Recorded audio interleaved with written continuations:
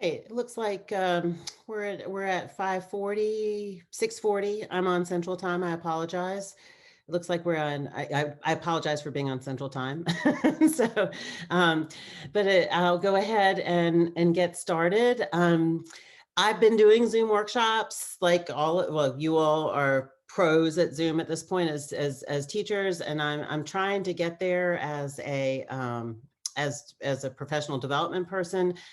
But it's still, like, as you guys probably know, it seems a little unnatural not to be able to read faces, move around the room. As a veteran teacher myself, I'm just used to speaking as much with my hands as with the screen, and so hopefully this won't be too dry. And the way I'm going to handle questions is I'm going to leave time at the end for Q&A, and I'd really appreciate if you have a question, go ahead and pop it into chat. And then if but if at the end, if I go through chat questions and people do want to like raise their hands, because it looks like we have a fairly small group, I should be able to see people. And so if we actually want to speak, I speak, that old way of communicating, that would be great as well. And I definitely want to leave time for questions. I think that this topic of 10 stages and the way I'm going to address it today may leave people with questions, especially regarding, kind of political insights and issues. And I would really appreciate it if you have concerns about any of the application or process of it, that you voice it. And in part because Corey actually and I were speaking earlier this week, and I realized I hadn't done a 10 stages workshop since January 6th. And the climate is such that I would prefer that for open voices and discussion over any kind of mixed communication, because some of the pieces of this may feel uncomfortable to some people given the current climate in the US. And I want to make sure we have a chance to discuss that and make sure that we can find, because I know as teachers, we will find common ground so that there's no, misunderstandings of the way we look at this 10 stages. And that will become more clear as we go through, I think, on those concerns. Just so that, again, like in terms of biases and issues, so you know who I am. My name is Sarah Cohan. I've been with the Genocide Education Project since 2005, but I'm a museum teacher fellow with the Holocaust Museum in DC. I worked at the USC Shoah Foundation. I was a classroom teacher for 7 years. I worked at Teaching Tolerance. So I've done freelance work for several organizations, ed organizations. And so I've done the rounds, and hope to God I still have some sense of what's going on in the classroom and can best serve you all in that way. One thing I want to bring to your attention, and I'm going to pop it into the chat, is that on March 11th, the Genocide Education Project is being sponsored by an organization, and we're going to be doing a free workshop. The workshop is going to center around a war that occurred this fall in an area called Nagorno-Karabakh, which is ethnically Armenian.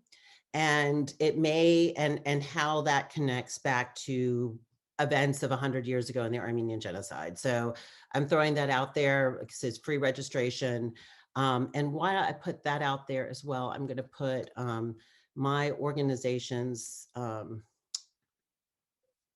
email address, website. So the organization I work for is linked at the bottom, and I'm also going to put my email address. In part because I have a unit coming out on the 10 stages of genocide, which I assumed would already be here this week, but there were additional typos with our designer, and so it will come out next week. And you can write me directly for that, or you can sign up on our mail list for our teacher emails. And do know that we don't sell our lesson plans. Everything we produce as an organization is that we can download as free. And so I think there are a few things still for sale on our website, but that's only because they're books we bought and then shipped to you. And so if it's downloadable, it's free. And so you won't be getting any solicitations. I mean, if you'd like to give money, we'll take it, but we provide free teacher resources. And I can give you my PayPal account too, in case that other piece was interesting to you. But anyway, and the next thing I'm going to go ahead and drop in the chat box, just so that they're all together, is this is from the Michigan Holocaust and Genocide Education Council. Is that correct, Corey? Did I get the name right? And this committee was created a few years ago, I think 2016. Well, in 2016, the bill was passed in the spring of 2016 that mandated the teaching of Holocaust and Armenian genocide, as well as other genocides in Michigan, but specifically named Armenian and Holocaust. And since that time, the committee, thanks to Kari Heba, who's on in this session, created a 6-day unit that can be implemented into the classroom. And so we have lesson plans as well that you can use and augment with this. It's really good. It's very solid, a solid lesson unit, and will complement any resources that you are currently using. If you are a phasing history buff, a Shoah Foundation buff, you will be a genocide education, fanatic by the end of the session. But all these really meld together, and we all of us as organizations work really well together. And of course, anything that comes out of your amazing Holocaust Center in the Detroit area, that the incredible resources you have on the ground in Michigan. And so please do note that you have just a wealth of free and well-designed resources and teaching about not just specific genocides, but also this overall approach of 10 stages. And so, like I said, the one I'm coming out with next week will be covering Native American, Cambodia, Rwanda, Armenian, and Holocaust, with short one-pagers on each genocide, and then exercises drawing into the 10 stages piece. Corey's piece, or the piece from the commission that I've listed, also incorporates looking at kind of the broader look at genocide, and then diving into case study. And I think many of us in the field of genocide education really firmly feel like a case study is incredibly important, but it's not more important than knowing an overall structure, giving kids the skills, the building blocks to be able to look at what's in front of them in the world and determine what's happening in terms of different human rights crises. And the importance of that is not because genocide is a more significant crime than others. It is, it is a type of human rights crime. And the importance of knowing these structures, like stages of genocide, definition of genocide, is being able to name these crimes correctly, so that we know how to address them in an appropriate manner. And so, I got a note from Doris that edpaths.org, free lesson plans on Ukrainian Holodomor genocide as well, and also extremely important, and I think incredibly, especially for Michigan community. I mean, you all have such a diverse, rich community, that you have people in Michigan that are of Armenian descent, of Ukrainian descent, Jewish descent, and more, of course, more Cambodian, etc. Yeah, please, thank you, Doris, for including the Holodomor link there. All right, so I am going to go ahead and screen share and go and start my PowerPoint. Let's see if I can do it. Now, let's see, all my stickies are coming up. Let me try one more time. Let's see. Oh, I actually have to open it. Hold on.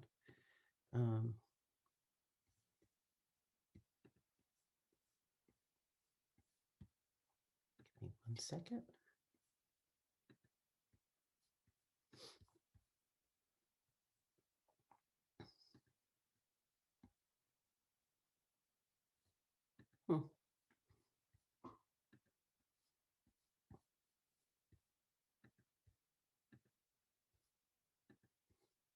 All right.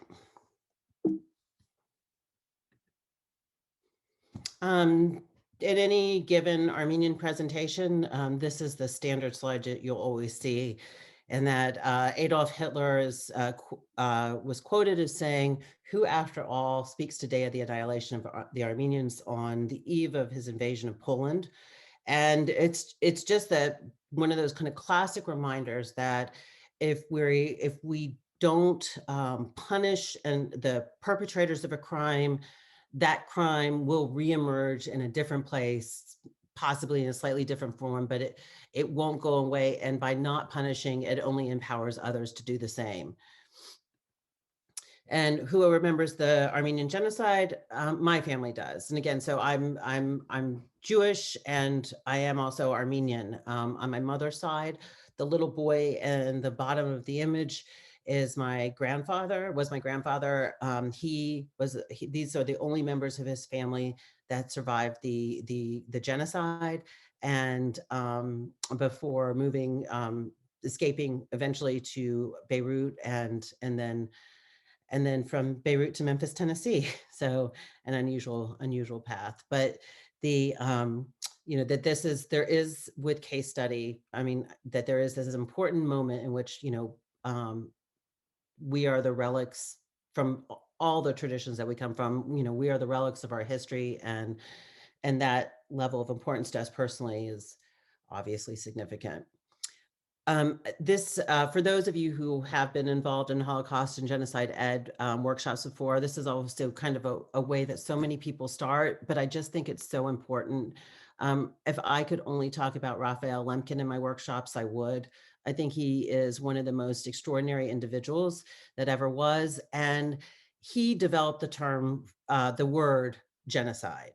He looked at the Armenian case, he studied the Armenian case, and then he saw what was happening in front of him in Poland in the 1930s, and he felt that this type of crime needed a name and legal scaffolding. He's a legal scholar, and he created that and warned his family, who did not believe that things could get as bad as he said, and they stayed in Poland and perished. He escaped to the US and petitioned the UN for over a decade, to get the United Nations to pass the Convention on the Prevention of Genocide.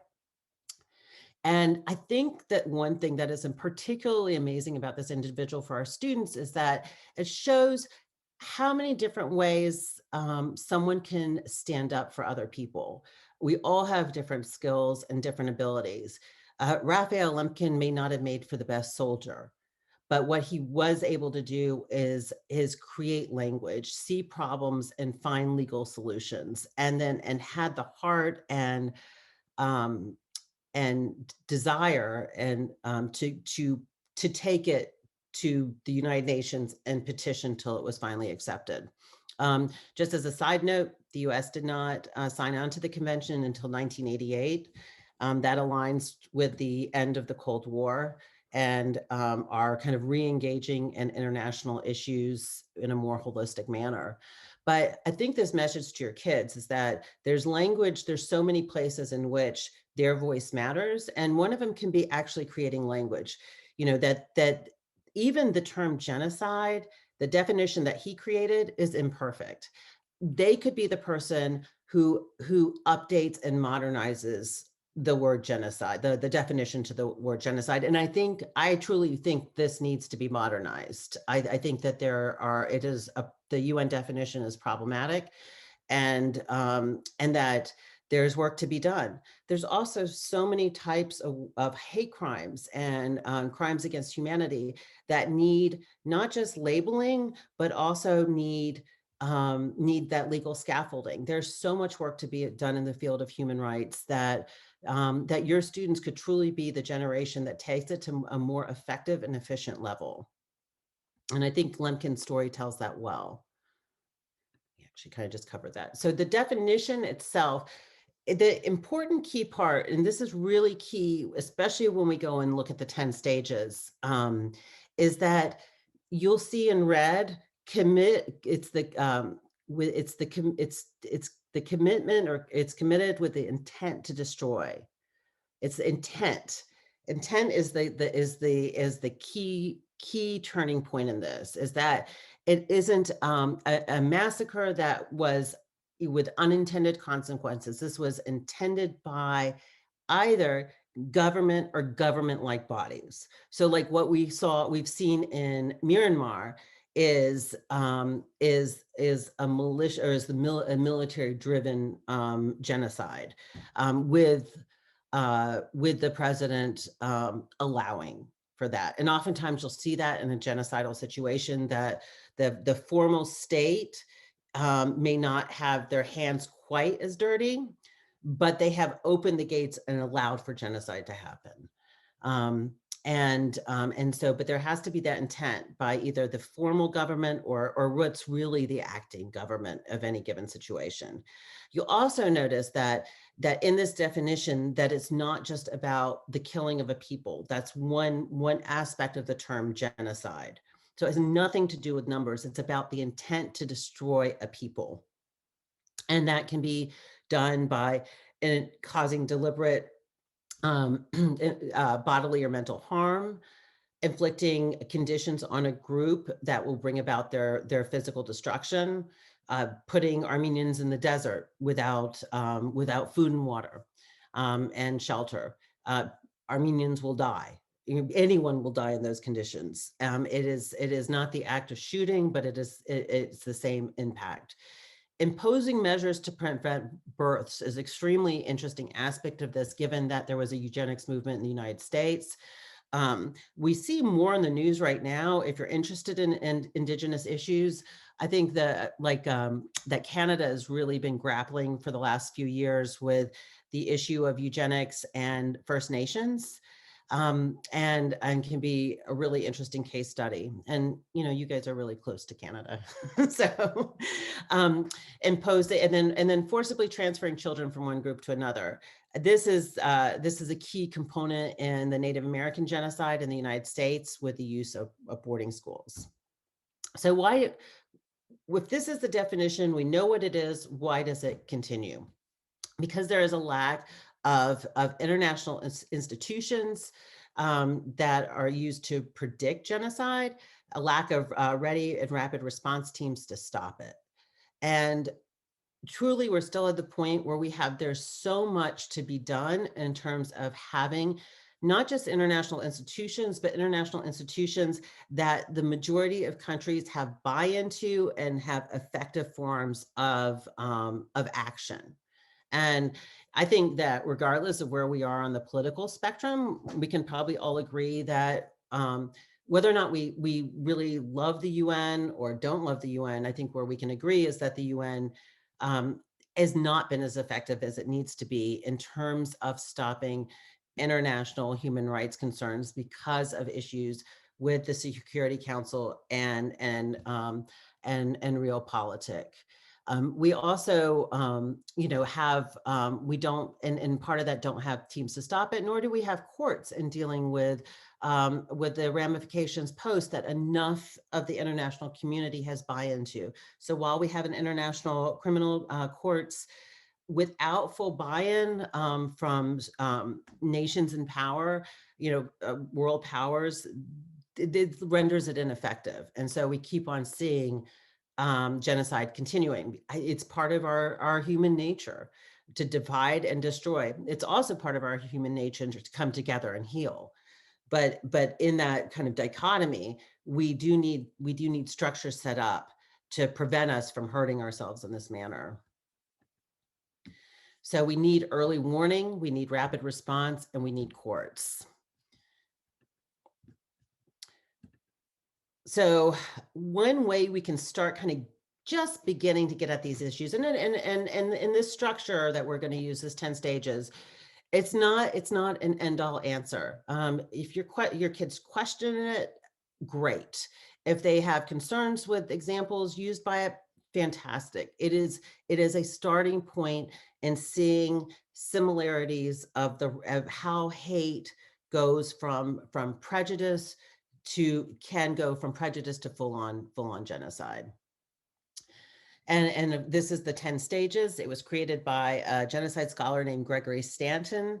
And it is, like I said, it is extremely helpful first step in seeing those similarities. I like putting all the stages on the screen at once. And the reason I like doing that is because when you look at it all together, you can see that you don't, until stage 8 is when you start seeing death beginning with persecution, and then of course extermination. So that we have ways of intervening from for seven full stages, and we can linger as a society on it's not, it doesn't necessarily always go in order. um, Sometimes they'll skip, people will, like you'll see groups skip around, go back and forth, maybe kind of start to heal and then deteriorate further. If you look at the history of Turkey over the past 120 years, you're going to see ebbs and flows in the way that Armenians are treated in Turkish society. From the worst situation of genocide to what starts to look more tolerable only in 2015, and then now crashing around us after the coup in 2016 in in Turkey and onward, which is now just, it's an abysmal human rights situation, not just for Armenians, but for so many. And so you can see those ebbs and flows. Um, and so when we're teaching about genocide, I know that for you all this may not be the case, but maybe you'll remember from your days of learning it, is that when I was taught about the Holocaust in high school, it pretty much began and ended with reading Night by Elie Wiesel, which is absolutely accept. I mean, it's the most amazing book. I feel like every human being should read Night. I keep it on my desk. It is one of the dearest books to me in the world, and one that I go back to regularly to remind myself of why I do this work. And but it only looks at a particular moment in genocide, and there's so much more to be told and to be analyzed and looked at. And I think that's where the something like the 10 stages comes in. It helps us to remember that when we teach a unit on genocide, it doesn't, it's not going to just be about the camps and the killings. It's got to be about more than that, so that we can see how we find ourselves in these situations. And it starts simply enough with classification, which I think is just better understood as us versus them. And at this stage, this is not at these early stages, like us versus them, there's an aspect of this that's not necessarily negative. We naturally divide ourselves. I think, as I mentioned earlier, like yesterday, I did a session for Tennessee Council for the Social Studies, and I do know Southern culture a bit better, to say the least, than Michigan culture. So I can certainly tell you that, like, in that part of our us and them dichotomy has to do with football. Probably the most important way that we divide ourselves in the South is by football teams. I'm not so good at that. I'm a Packers fan because they're publicly owned. But oh, that's probably not good to say to Michigan people. Sorry. Yeah, really not good with the football.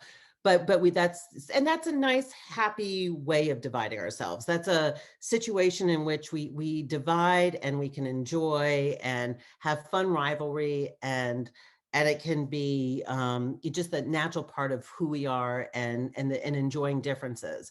When it's negative, of course, becomes a much bigger issue. And so if the dichotomy is forced upon us, of us versus them, if the divide is such that it empowers one group over another and disempowers another, this is when there's a problem. The us and them dichotomy in Rwanda starts with Belgian colonists believing that the Tutsis are racially superior. Looks like a page out of Holocaust Mengele, right? Of the medical way medicine was used in the Holocaust, and with the measurements, and even within the United States with Teddy Roosevelt and the measuring of the skulls. Classification in the Armenian example was won in part by choice. Armenians were Christians. It was the first Christian nation. They were living as Christians within a Muslim context. It naturally separated them. Now, in that distinction, please do know that in the Armenian genocide, it isn't religion. It's not a genocide based on religion. It's a genocide based on ethnicity. It was Turks versus against non-Turks, and that included Armenians, Greeks, and Assyrians. And the Greek and Assyrian genocides overlapped, but had same perpetrators and many similarities, but had also some different characteristics. But basically, the Christianity is becomes part of the ethnic identity of Armenians, and naturally separates them from Muslim Turkic culture. So this is a great place if you want something that's more positive to do with your students. That how do you become an activist? How do you look to fixing these international problems? It's a simple thing. You start at home, and because to be able to work on human rights issues takes practice, and mostly doesn't come naturally to us. And so starting a campaign in schools in which you're promoting common identities, looking at ways of what brings us together and not just divides us. Even simple things like Mix It Up at Lunch, to Teaching Tolerance Project, which at the time when I was working there was not my favorite, because I was like, one day at lunch just isn't that doesn't speak to me but they've grown it since then. And it's also about, if you can especially get it to be a more student-centric project, again, where they're starting small and looking at ways to find commonalities and break divisions that they see within their own school. Then they have tools that they can grow and cultivate and work at larger and larger levels with. But if they can't do it in the school community, then they're not going to be able to do it in the national or international community. So stage 2 is symbolization. Again, this I choose to put symbols on myself. I will choose to wear a cross. I will choose to wear a Star of David. I will choose to put on a tattoo, to get a tattoo. There are certain things I will decide to do. And that is symbolization that's healthy. My dad doesn't think so, but with the tattoos, but it's generally, we make those decisions for ourselves. It is when those symbols are forced upon us that it becomes problematic. So then we're identified, or even if the symbols we choose are then spun to be negative. So the Khmer Rouge, Khmer bodies, but Vietnamese heads. So the head is covered. Anyone who was thought to be Vietnamese sympathizers with a white and blue checked scarf. That was one way that symbolization was used in Cambodia. Of course, we know the red star. I'm so sorry, the yellow star and the Holocaust. In the Armenian case, there was some forced symbols. Armenian men may have worn different clothing, but they were sometimes in some communities forced to wear a fez, which was a traditional Turkish hat. So that to kind of force to show allegiance to kind of Turkish identity. But mostly it was self-imposed symbolization. And here you just have kind of a classic example of an Armenian woman in the 1800s.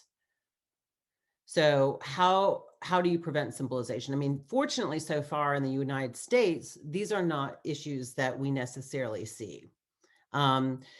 Removing ethnic, religious, racial, or national identities from ID cards and passports. Of course, there are national identities on our passports, but protests using symbols for targeting hate groups, i.e. yellow cloth for the Hindus and Taliban, Afghanistan, etc. So, but where we do see some of this symbolization is in, which could be a point of debate. I think this could be up to you all, is in the in the forms that refugees fill out to get into the United States, and the questions that they're asked are sometimes then used to label them as they go through the process. And looking at the forms and types of questions that people who are looking for entrance into the United States fill out may be an interesting activity in terms of looking at, does that set those individuals moving to the States up for further discrimination, or are these questions fair and reasonable given that they're moving to the United States? Discrimination is stage 3. Discrimination, and if we were in a regular context, I would just ask you all to do this for me, but I'm going to do it instead. The difference between, the important thing here is to note with students that there is a difference in language between prejudice and discrimination. That the first 2 stages, especially the first stage of classification, that's prejudice. That can lead to prejudice. And we all have bias and prejudice. Again, it's kind of the natural part of who we are. It's when that bias and prejudice is used to oppress or hold down another individual or a group of people. But discrimination is not individual actions. Discrimination is when prejudice is then codified, it is put into law, into legal institutions. And so you saw in stage 2 a little bit of that, because if you have identification cards with religious, say with religious markings, then that would actually be a form of discrimination. Could be a form of discrimination, especially if those groups are targeted within the particular country. Let's say with Israel and Palestine, the way identification cards are used definitely fall within the context of discrimination, given the status of Palestinians versus Israelis in Israel. Stage, and of course we saw discrimination. I mean, the most classic, clearest example is with Nuremberg laws.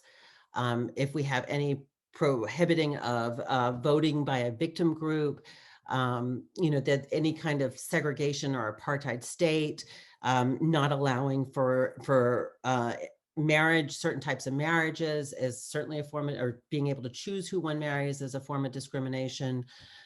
Where one lives, I mean, that would be a classic part of in U.S. history, that with neighborhood codes and blocking different ethnic groups from moving into, and racial groups from moving into certain areas. That would be a huge part. And I have a hunch, I would know this, someone in Michigan history would know better, that there was most likely this would be something that would be applied not just to African Americans, but also most likely, I would assume, to Arab and Middle Eastern residents as well. And again, I may be wrong, but my gut feeling is based on what I know from other parts of the country. I would assume that was the case. Discrimination for Armenians were kind of classic making them classic second-class citizens. They paid higher taxes. They had restricted legal rights. There was certain property, they could only own so much in terms of property, and they were only allowed in certain levels of civic engagement. I think at this point is when kids have to, when you start looking at moving from like school-based activities to more community-based activities. If they sense that there is discrimination in their community whether it be at the city level, state level, national level, that's when it becomes the kind of campaigns and things they organize become more about informing and supporting political leaders to make more positive choices. And so it's kind of at this point when either they become political leaders themselves, they look at how can I become a person who makes sure that there's not laws on the, discriminatory laws on the books, if they go into law or politics, or if they learn how to write to and work with, like I said, city government. And this could be something simple, like, does your community have gender inclusive language in its charter? Are there issues that can be addressed at the city level that your students would want to be involved in? I think that even this, I don't think would be technically discrimination, like a lot of the work that's being done with mascots around the country. That's not technically in this form of discrimination, but the idea that it's identifying and diminishing another group might be an interesting project for kids to work on if that's something that they feel strongly about. And that mascot issue goes into dehumanization as well. And in this stage, um, can we fully dehumanize another person? And to me, that's a really big question. It doesn't always happen. Turks did not fully dehumanize Armenians. They used negative language. They thought they were better than, but did they feel that Armenians were subhuman? No. They took in Armenian children, raised them as Turks. They took Armenian women into harems through force. You know, it wasn't a pleasant situation, but they were acceptable to be the mother of their children. And so for Turks, there wasn't a biological difference. There wasn't that full dehumanization process that occurred. So this is, you know, you with dehumanization, though, is when you blame stage attacks on targeted traitors, which is, you know, really interesting in context of December 6th, when you start hearing that Antifa did it, and what is Antifa, and you know, who the kind of conspiracy theories that came out of who was actually there, and kind of naming groups that that were essentially the victims of the groups who actually did the attacks. You have where the Reichstag fire was blamed on Jewish communists.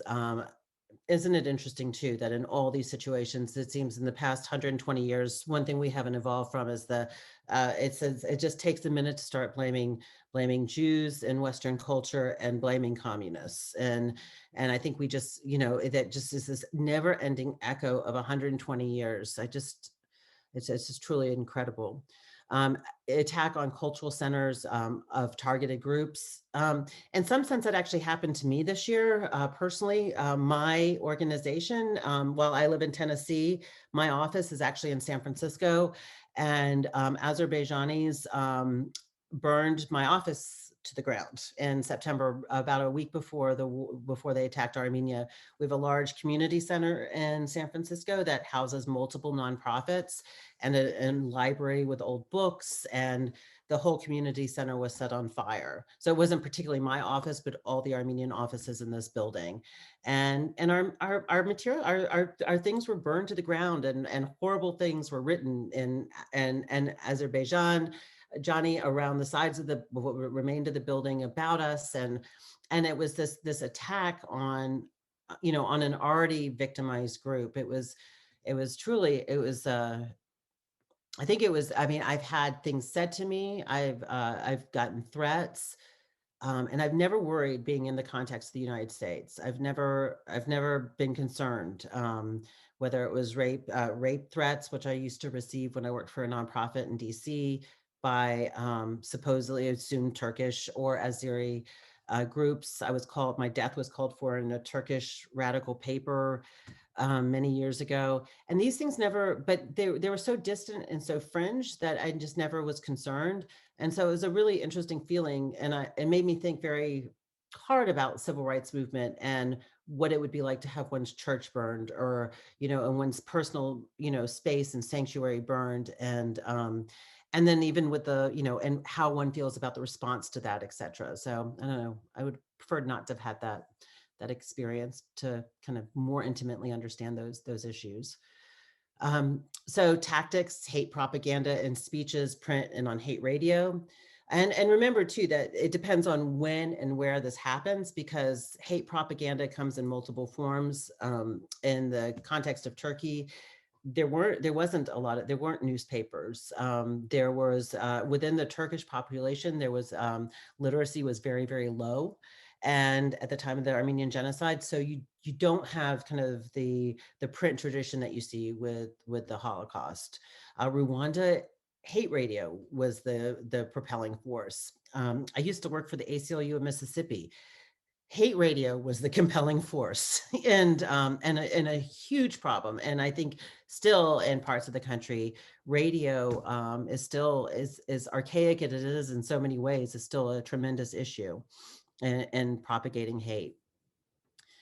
So let's see.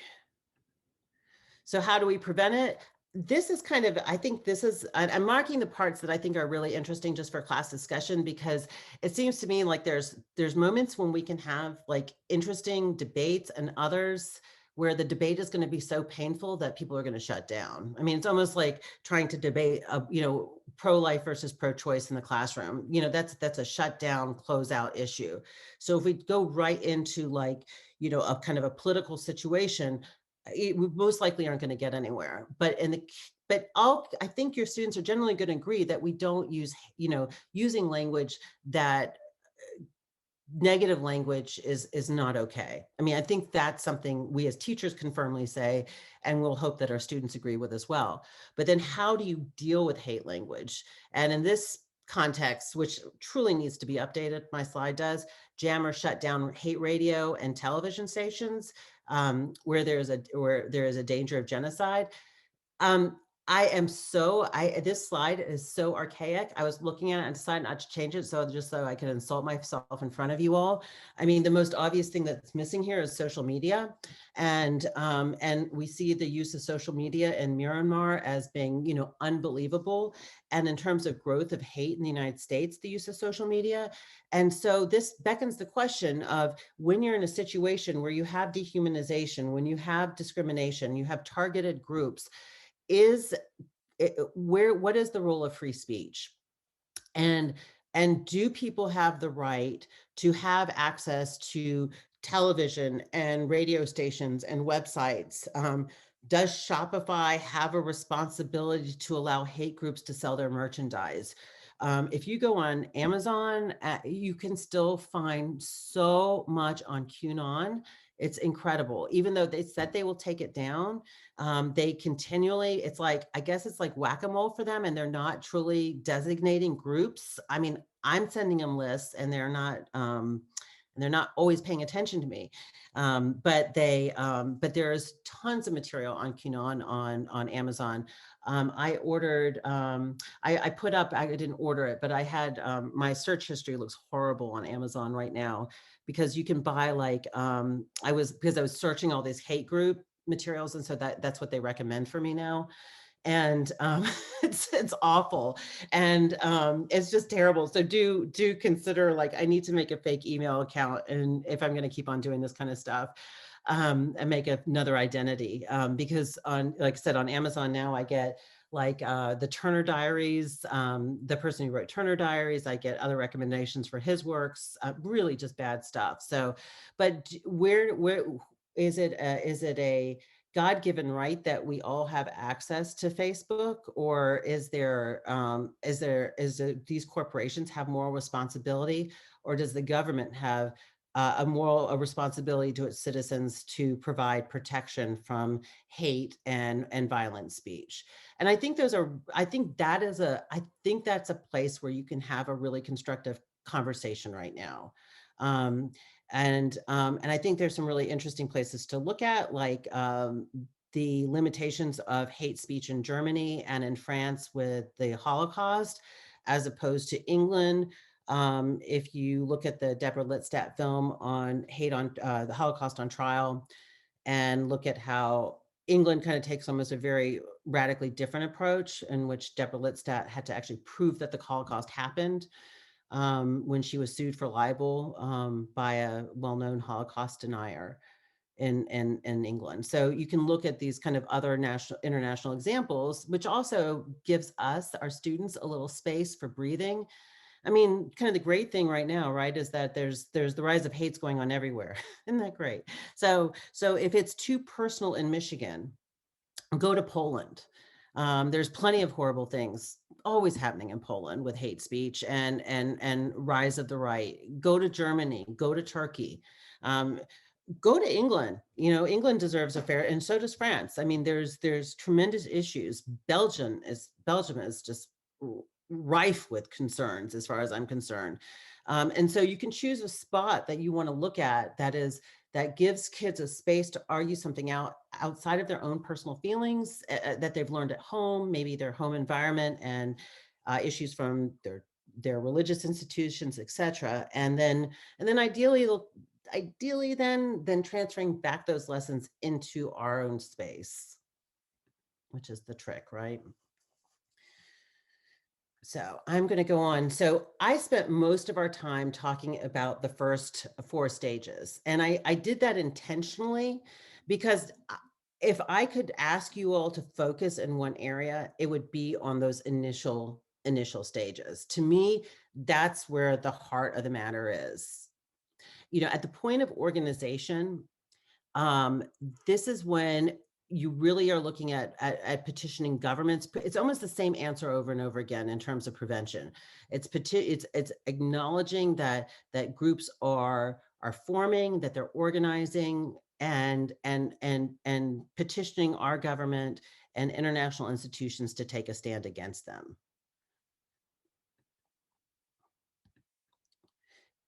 So the next stage is polarization. This stage, to me, is really important for us to look at in context of the United States because, and if you disagree with me, I'm totally fine with that. But we've been using that word a lot in our discussion of our country, and I don't think it's the same meaning. I don't think we're quite to stage. We're not at stage. We're not on a road to genocide either. I think we're on a road in these early stages. These issues are also about a healthy democratic society, and so the U.S. I do not believe is on a road to genocide, but I do think that we are having a crisis in government. And we are a divided society, and we can use the term polarized, but it's not polarized in the sense of the road to genocide, because at this point moderates are silenced, intimidated, or assassinated. And thank God we haven't fully seen that yet. And again, maybe you could make an argument that we're there, but I think even just in Biden being elected tells us that moderates are still in force. And I'm speaking strictly not as much from a political lens, but as a historian's lens and a scaredy cat, that I know that when there's moderates in government, that revolution is staved off, right? Isn't that the general lesson we learn, is that if there's a moderate government, it may not be the best for all people, but we're not looking at violent revolution. And as long as we stay away from this aspect, as long as moderates maintain a voice, whether that's Mitt Romney or Joe Biden, then I think that we can count ourselves lucky not to be not only in stage 6 towards genocide, but also in a highly polarized society in which we're looking at extremist divides.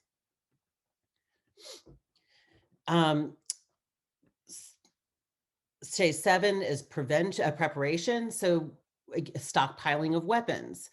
And again, we've seen some of this. I mean, Michigan's been on, I hate to pick on you guys, but, I've been like watching, I don't know, 60 Minutes or whatever else. And my God, there's the specials on, some of your folks up there and their little compounds. But it is disturbing.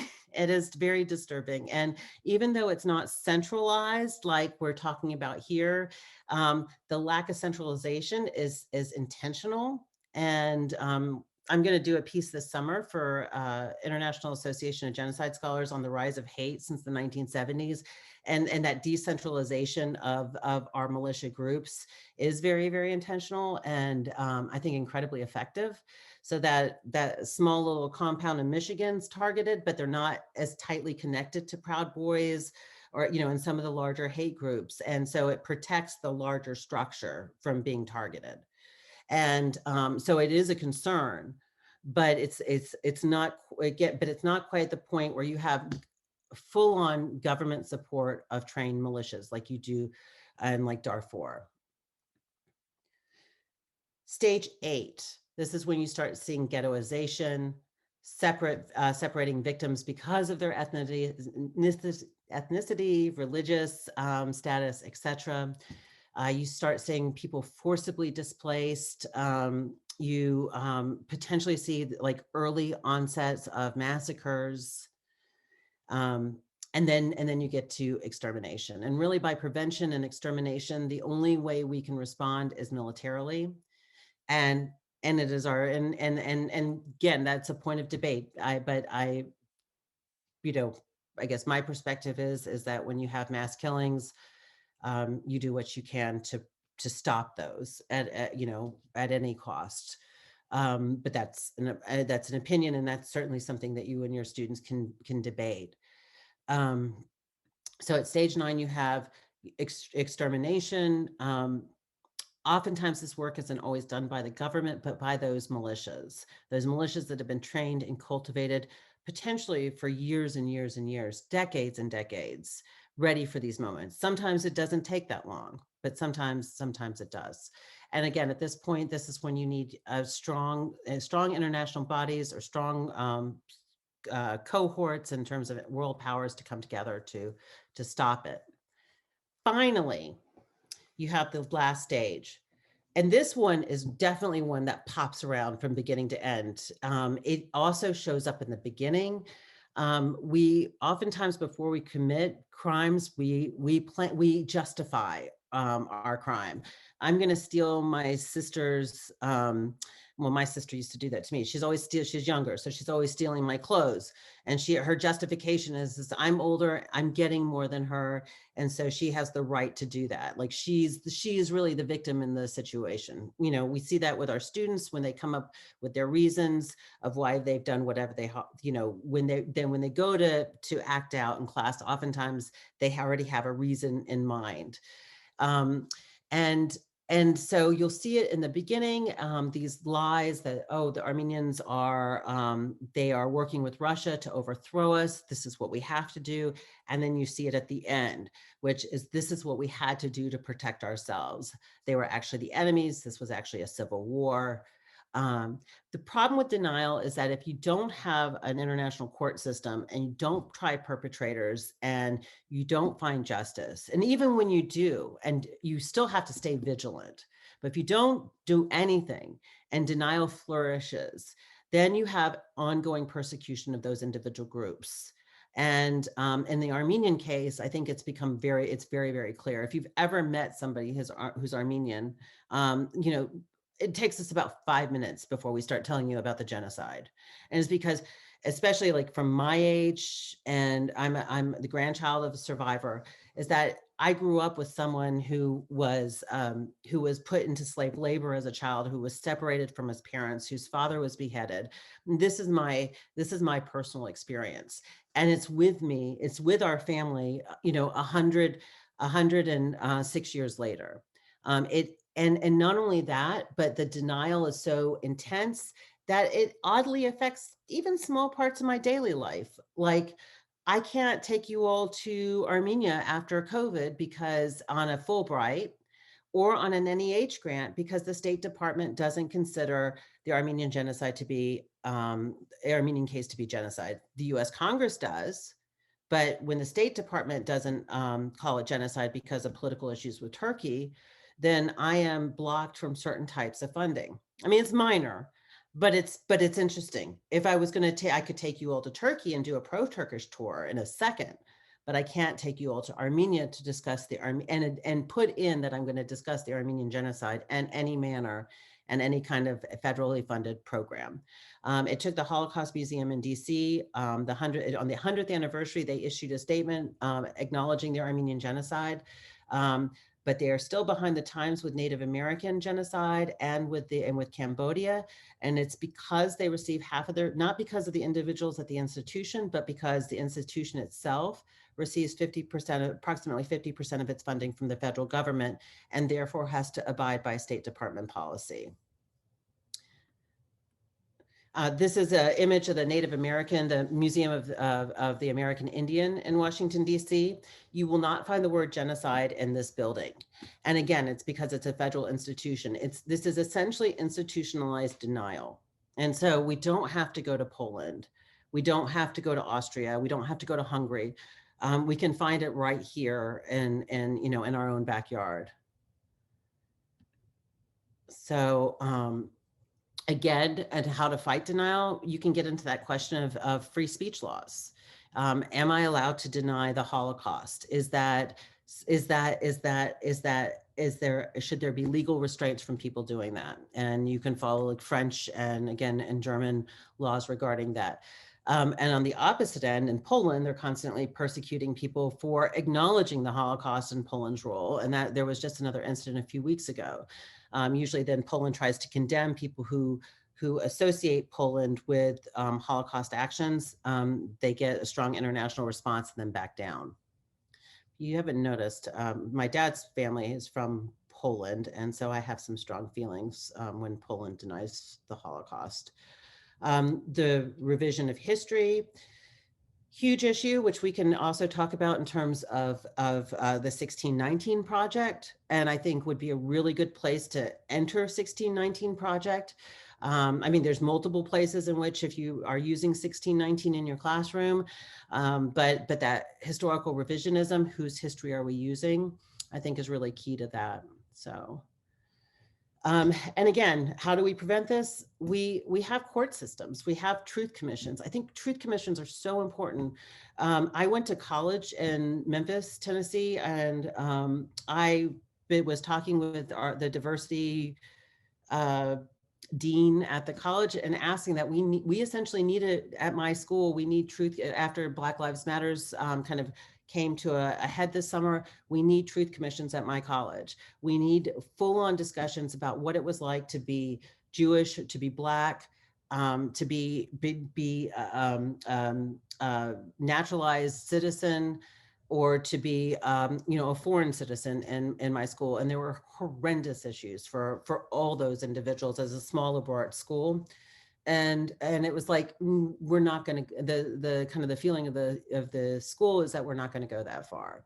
And so, but giving people a chance to discuss what their experiences were, to come to terms with that, to hear apologies is absolutely crucial for a society to be able to move on. So that was kind of the gist, and I got close to time and not too much time for questions, but I definitely want to see what we've got.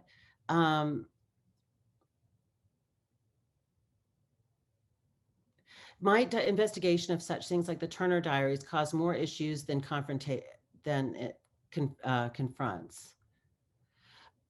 Well, I wouldn't recommend using Turner Diaries in the classroom.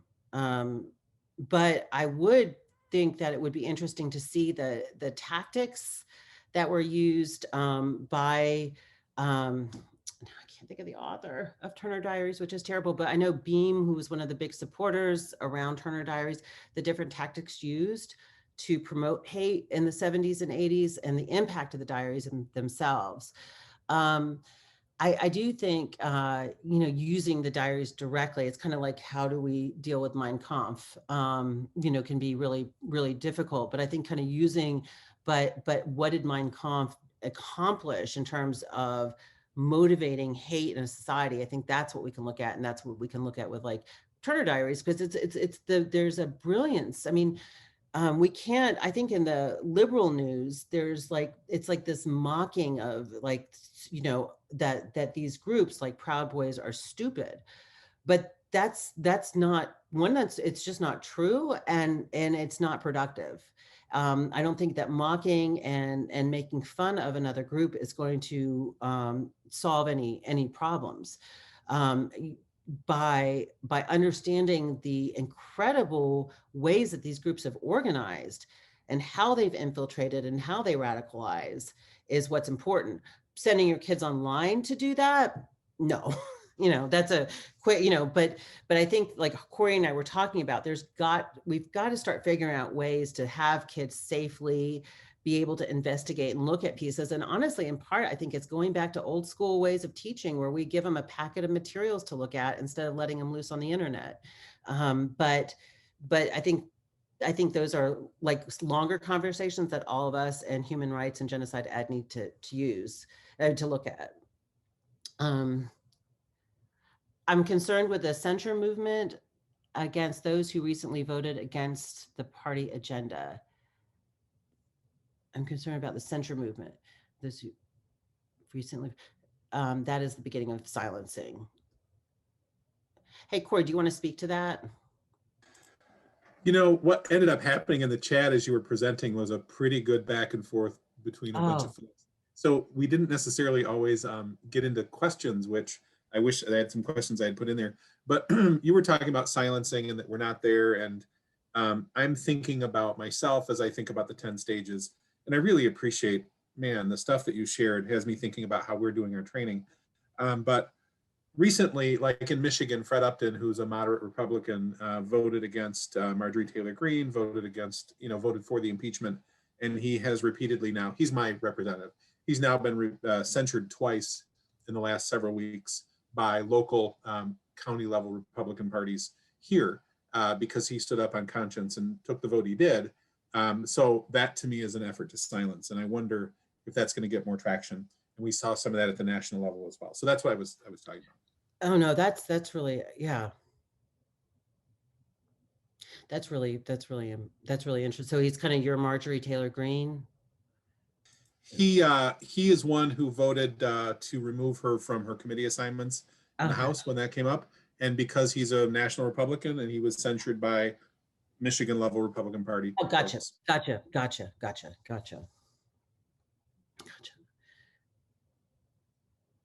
Yeah, and someone else wrote, yeah, regarding racist speech, just because you have the right to say a thing doesn't mean you should. Absolutely not, and nor should someone like Facebook give you the platform to do it.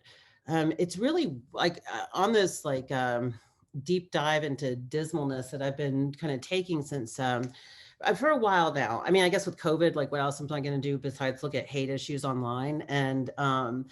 And I think because, and you knew this was coming, right? I mean, just January 6th wasn't a surprise in a lot of ways. And so, there's kind of, you go to like say a white nationalist website and you realize that it's being powered by Woohoo, which is like, my jewelry site that from the jewelry I make is powered by Woohoo.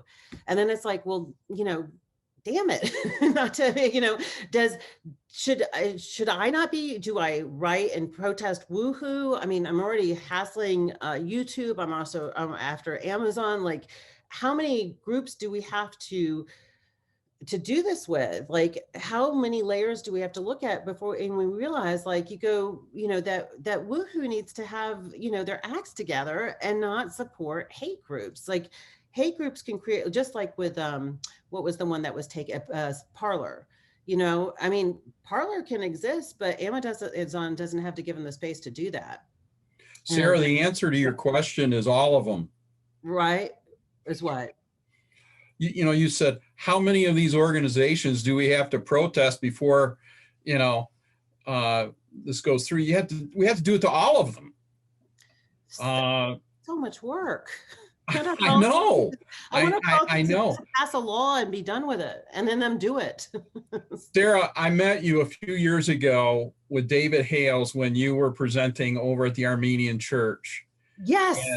And we had a delightful conversation, and David felt like I hijacked the opportunity to have a good talk, and he was razzing me about it, but he did tell me to tell you hello. Oh, good. I'm so glad. I told David I'd miss him when the pandemic's over. I want back. I want to go back to Dearborn really badly. I'm hungry. The best food in the world is in Dearborn. Yes, it is. Yeah, absolutely. Yep. Well, I just want to thank you tonight again. You blazed through this presentation, and what I saw that day was a whole half day, and it's just hard to get it all in. I'm really thankful for the education you've given me. And you know what, Corey, I just want to say, if I was in your precinct, I would write and support that Republican for voting on conscience. This stuff of blind allegiance to political parties and not the common good of the people of the United States has got to stop on both sides of the aisle. It's just, and it's like I said in the chat, our government is committing political suicide. It's not a genocide of our nation. It's going to be a governmental suicide because we can't figure out how to do this. And so I'm done preaching. No, but you also made such a good point in that too. When we write our negative letters, like you said, but you also write, those letters of support are incredibly important. There's a city council person in Nashville, and he's not even mine anymore. He used to be. I told him he's mine forever, whether he likes it or not. But when he writes something good, I write him and tell him, like, thumbs up, thank you. And because I need him to remember that if he's getting pressure from one side, there's other people out there that care. And I tend to write more negative than positive things. And it's a really important reminder to all of us to support, when our elected official or when a company is doing right, that we let them know that. And and ideally we'll be crossing that out to do that, because I do think I think most of us are much closer together. Whether our election card, our voter registrations, Democrat and Republic, I think the majority of this country are within a reasonable spectrum of each other, that it's just not that hard to find common ground. I'll leave you guys with this. In the late 1930s, there was a real crisis in the US regarding kind of the future of democracy. And there was rise of fascism, rise of communism. And one thing that was done in the United States was public education programs. And these public education programs were like these community meetings where people got together and discussed what democracy meant to them.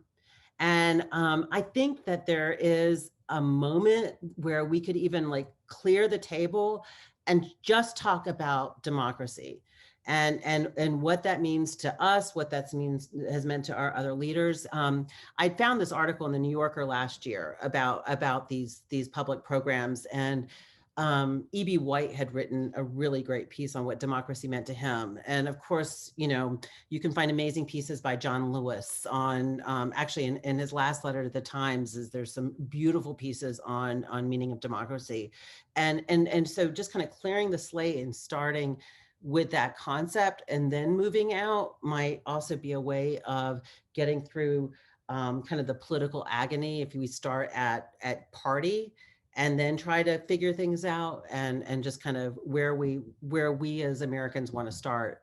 It would be ideally with the concept of democracy. So I don't know. Any other questions, comments? No? You guys tired? Well, I think if you guys do drink, I think you totally deserve like a shot of whiskey, and put your feet up and watch some Law and Order.